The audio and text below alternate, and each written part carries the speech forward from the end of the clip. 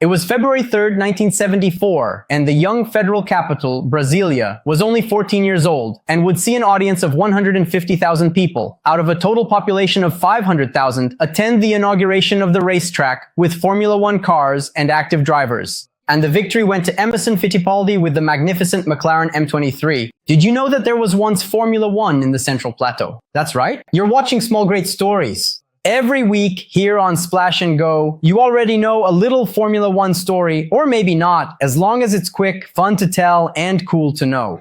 Let's go.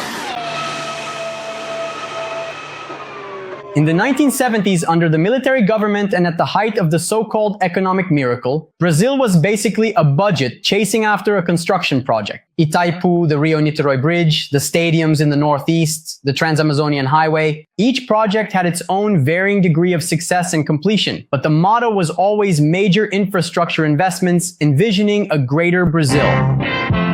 Oh, Brazil, a nation of truly forward-thinking and innovative people, diligently building this magnificent nation with their unwavering and constant hard work, with profound determination and an immense, passionate heart.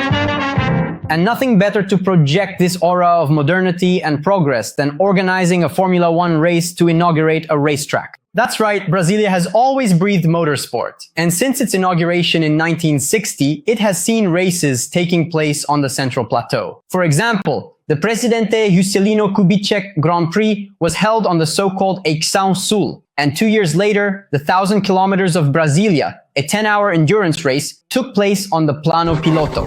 But even the machines themselves were put to the test for quality.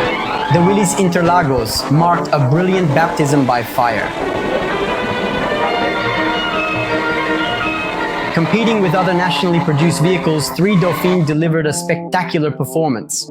They finished in first, second, and third places in their category. I really need to tell the story of these races one day. Scout's honor, I'll add it to our agenda. So the leaders at the time, who were military, decided that the racetrack would be built, and from the initial sketch to the inaugural race, only 2 years went by, which is pretty fast for building a racetrack. The date was chosen to take advantage of Formula One's presence in Brazil, since just a week earlier, Formula One had held a world championship race at Interlagos. In São Paulo, the race was won by Emerson Fittipaldi, with Clay Regazzoni finishing second, 13 seconds behind. And in Brasília, the race would inaugurate the 5,475 meters of the racetrack designed by Samuel Dias, featuring 6 left turns, 6 right turns, and the longest straight measuring 750 meters. In qualifying, pole position in Argentina went to Carlos Reutemann with the Brabham BT44. Emerson was second, Jody Scheckter was third with Tyrrell, and Jose Carlos Pace, still with Surtees at the time, was fourth. Also on the grid were Arturo Merzario, Jean-Pierre Beltoise, Jochen Mass, Henry Pescarolo, Howard Gailey, Hans-Joachim M. Stuck,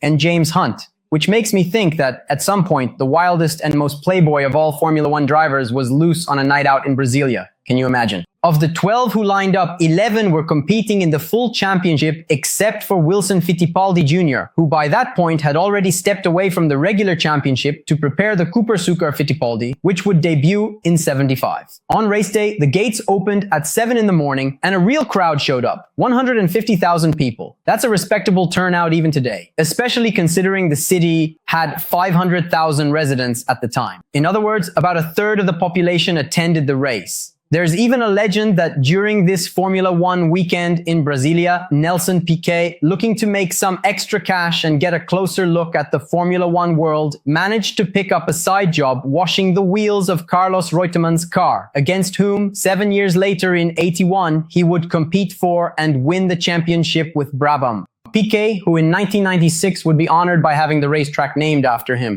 The race started at 11:30 in the morning, and Reutemann held on to the lead, closely followed by Emerson. Merzario overtook Scheckter and Jose Carlos Pace, and in the meantime, Reutemann and Emerson pulled away at the front, but Merzario began to pick up the pace, forcing the Brazilian to go after Reutemann. On the 6th lap, the quick overtake put him in the lead, and he would not lose it again. Reutemann began to have engine problems, started losing pace, was overtaken by Scheckter, and retired after 11 laps. Emerson Fittipaldi would cross the finish line in 5th place, and Carlos Pace had engine troubles, lost several laps to the leaders, and completed only 35 of the 40 laps. Emerson Fittipaldi takes the scoreboard corner and heads calmly towards the helipad. After taking the lead on the 5th lap, he never lost it, never came under attack, and now heads for the junction. Get ready for the checkered flag! Here comes the triumphant winner of the prestigious Presidente Médici Grand Prix. There he is, the undisputed champion, and the waving checkered flag at the thrilling finish line. Emerson Fittipaldi, the illustrious first winner at the renowned Brasília racetrack, a remarkable 40 laps. He achieved a significant 16-second lead over the formidable South African driver, Jody Scheckter, who is now gracefully crossing the finish line. In 3rd place, Arturo Merzario. In a strong 4th position, we have the talented German driver, Jochen Mass. Following closely in 5th place is another notable Brazilian competitor, Emerson Fittipaldi, a well-known figure in the racing world. And securing the 6th spot is the skilled German racer Hans von Stuck. The great winner, Emerson Fittipaldi. Victory for Emerson Fittipaldi, driving for McLaren, with the trophy presented by General Medici. The race was a non-championship event, something that happened quite often in the past, and did not count towards the 1974 season, serving instead as an extra event for the inauguration of the racetrack. But in any case, we had Formula 1 in the Central Plateau, and those who are just now starting to watch Formula 1 may not know this story. These days, the Brasília racetrack is under renovation, and from what we know, its reopening is near. Did you know that? You didn't know? Leave a comment below. So that was another little big story from Splash and Go on YouTube. Leave a like. It's free, it doesn't cost anything, you know that, and it really helps the channel. Do me this favor, do us this favor. Tell us below where you're watching from, and if you don't want to say, just leave us an emoji. Anything helps, so the algorithm keeps spreading our content across the internet. We're trying to take our editing to the next level here. You've probably noticed that Vi has been giving a lot of compliments, but if you're new here or watching a video in this new format for the first time, comment below if you're enjoying it. Your opinion is always very important. The editor and I are always keeping an eye out, so you don't miss anything we do here. We have notification channels, Instagram, Telegram, and WhatsApp, where you can join and start receiving automatic updates as soon as we publish any content. And last but not least, you already know our social networks, Instagram, Twitter, Threads, and TikTok, where there's content all the time. I'll see you in the next story, in the next video. Thanks and a big hug to you all.